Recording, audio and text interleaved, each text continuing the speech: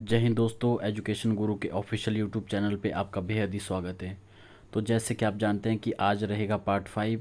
आज हम डिस्कस करेंगे बुक्स एंड ऑथर का पार्ट 2। ठीक है, तो इससे पहले हमने पार्ट 1 डिस्कस कर लिया है।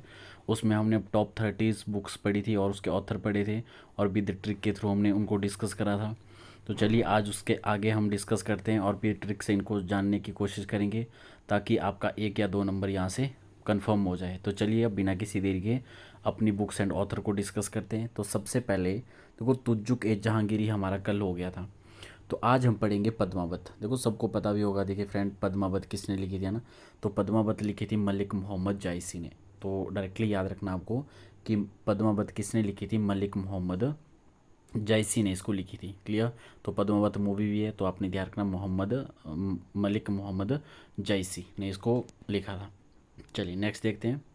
नेक्स्ट आता है रामचरितमानस। देखो फ्रेंड, ये भी बहुत ज़्यादा इंपॉर्टेंट बुक्स है ना। रामचरितमानस की बात करेंगे तो रामचरितमानस तो वो कौन है, तुलसीदास। क्लियर।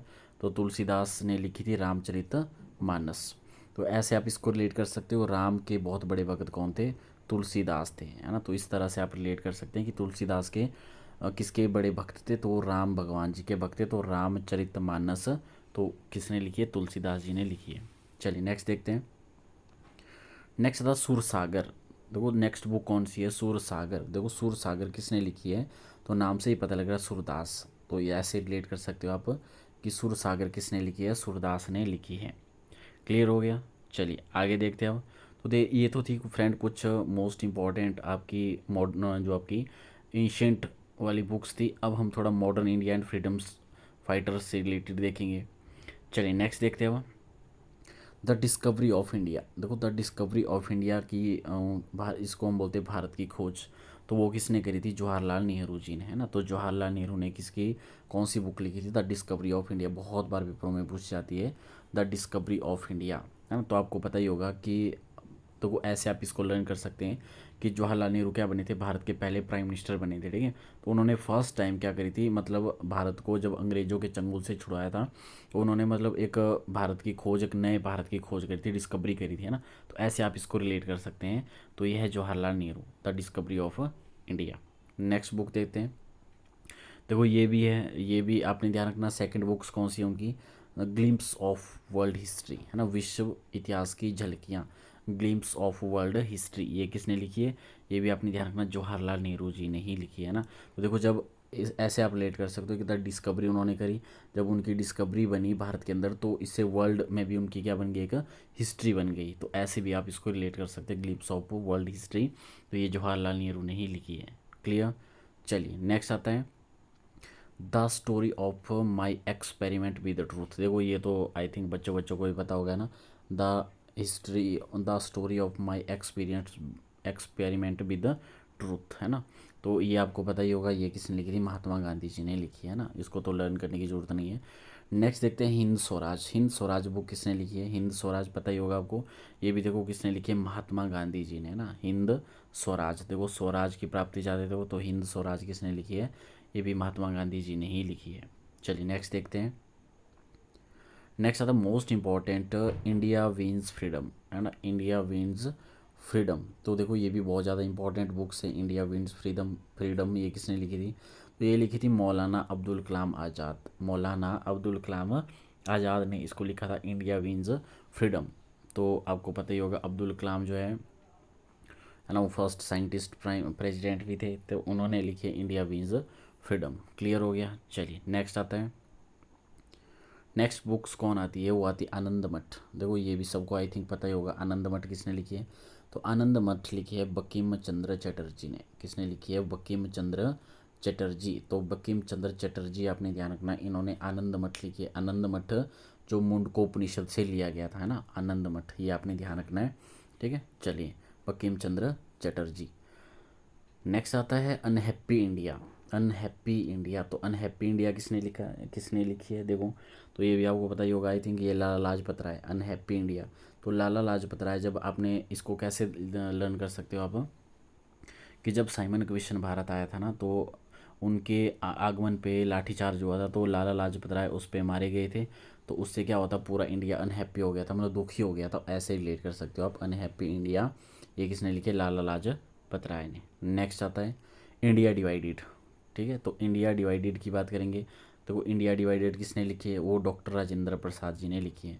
तो डिवाइडेड क्योंकि उनके टाइम पे आपने देखा होगा इंडिया दो भागों में डिवाइड हो गया था। कैसे कैसे, एक तो पाकिस्तान डिवाइड हुआ था और एक इंडिया डिवाइड हुआ था। तो ऐसे आप इसको लर्न कर सकते हो। डॉक्टर राजेंद्र प्रसाद जी के टाइम क्या हुआ था, इंडिया डिवाइड हुआ था। और India divided in the sense कि डॉक्टर राजेंद्र प्रसाद क्या बने थे, भारत के पहले प्रेसिडेंट बने थे, है ना। तो प्रेसिडेंट बने थे, तो ये भी आप रिलेट कर सकते हैं। क्लियर। चलिए नेक्स्ट आता है, नेक्स्ट आता है गीता रहस्य, है ना, गीता रहस्य। तो देखो ये बुक्स किसने लिखी है, गीता रहस्य। तो इसका आपने डायरेक्ट याद रखना है, गीता रहस्य किसने लिखी थी, बाल गंगाधर तिलक ने, है ना, बाल गंगाधर तिलक। तो ऐसे भी आप लिख सकते हो गीता, गीता रहस्य। देखो गीता हमारी एक बुक है ना, आपकी एक स्पिरिचुअल बुक है, आपकी धर्म रिलीजियस बुक है। तो उसको पहले पढ़ने से पहले तिलक लगाना पड़ता है, ऐसे आप लर्न कर सकते हो इसका ना। तो बाल गंगाधर तिलक, तिलक लगाना पड़ता है किसको, गीता माता को। क्लियर।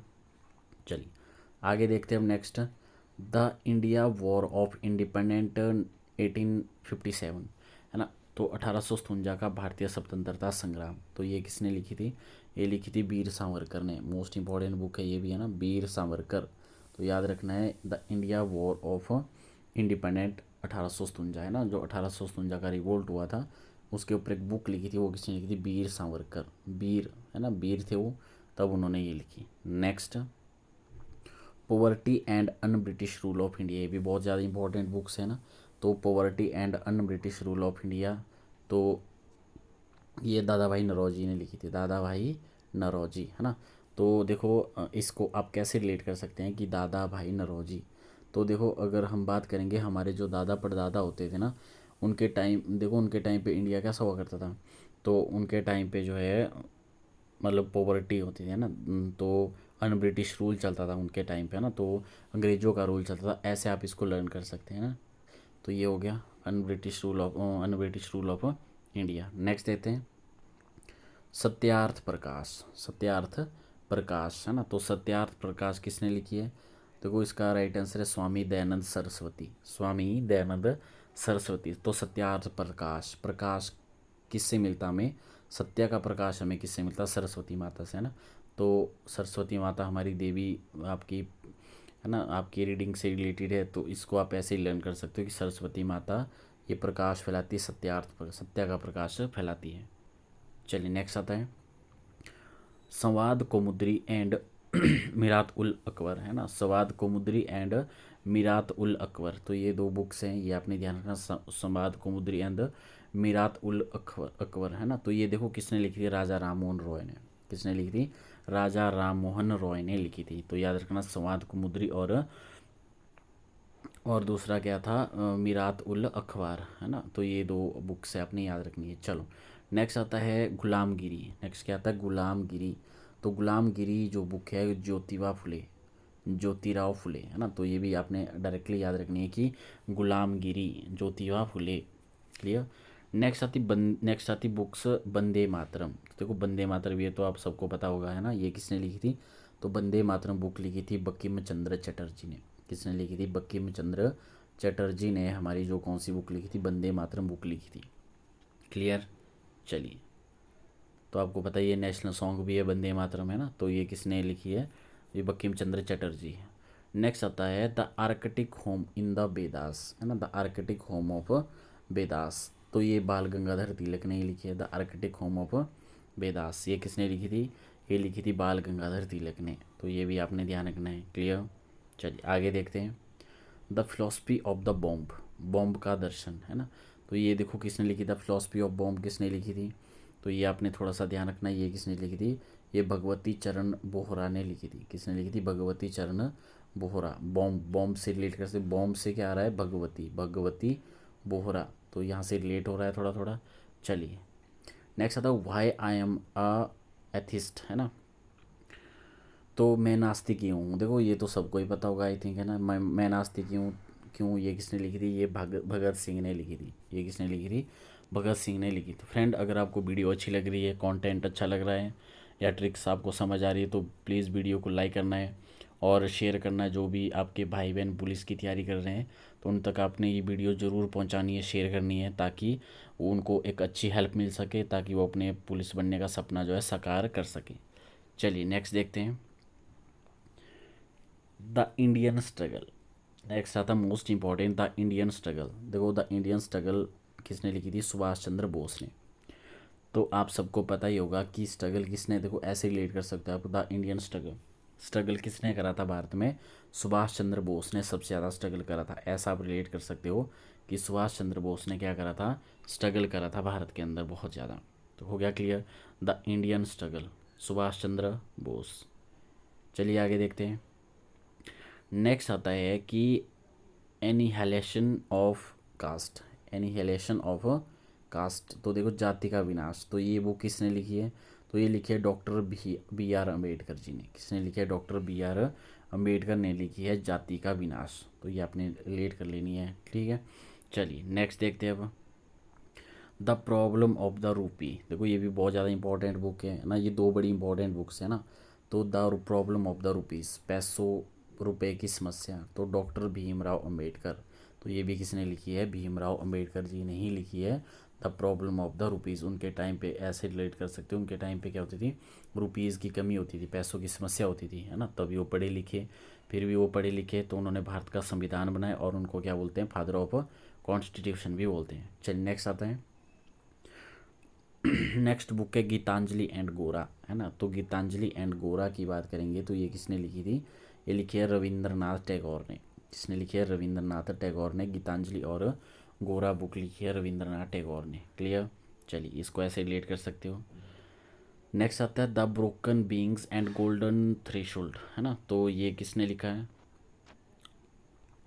तो the broken beings and golden threshold, है ना, ये किसने लिखी है? तो ये लिखी है सरोजनी नायडू ने। इसको भी स्टार मार्क लेना है। The broken beings and golden threshold, है ना, ये किसने लिखी है? सरोजनी नायडू ने लिखी है। क्लियर हो गया। चलिए आगे देखते हैं नेक्स्ट। नेक्स्ट आता है national and in makings, nation in making. तो ये देखो ये किसने लिखी है?